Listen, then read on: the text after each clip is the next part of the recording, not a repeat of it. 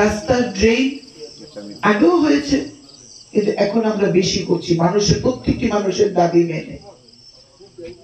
সবচেয়ে বড় যে কাজটা সেটা হলো আপনাদের থাকার অধিকারটা দেওয়া, কাগজে কলমে প্রত্যেককে 2 ঘন্টা দেওয়ার যে উদ্যোগ আমি নিয়েছি, এটা আজকে কেন্দ্রীয় সরকারের টেবিলে। এটা বিশাল প্রক্রিয়া। এই প্রক্রিয়ার কাজ আমরা গুটিয়ে আনছি, খুব বেশি সময় লাগবে না।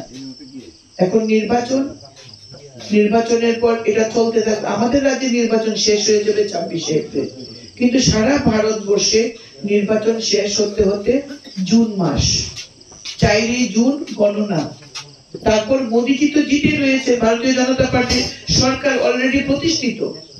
আমরা কতটা আসন পাবো তার জন্য লড়াই করছি। ইসবার 400 পার, আমরা গত বছরে 303 পার করে আমরা আরো আমাদের শক্তি, একা বিজেপির শক্তি আর এনডিএ মিলে আমরা 400 পারের পরিকল্পনা আমরা করছি। এবং ত্রিপুরাতে আমরা কমিউনিস্ট এবং কংগ্রেসের জামানত জব্দের লক্ষ্যমাত্রা নিয়ে আমরা কাজ করছি। জেতার জন্য আমাদের লড়াই নয়, জেতার জন্য আমাদের লড়াই নয়। মোদীজি প্রত্যেককে বিনামূল্যে চাল দিচ্ছেন 5 বছর ধরে, প্রত্যেককে দালান বাড়ি দিচ্ছেন মোদীজি। প্রধানমন্ত্রী আবাস যোজনা, প্রত্যেকের বাড়িতে নলের মাধ্যমে জল, 2000 টাকা ভাতা।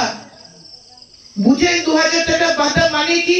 প্রত্যেক দিন ঝড়, বৃষ্টি, তুফান, স্ট্রাইক যাই থাকুক না কেন 66 টাকা 66 পয়সা আপনার ব্যাংক অ্যাকাউন্টে ঢুকছে।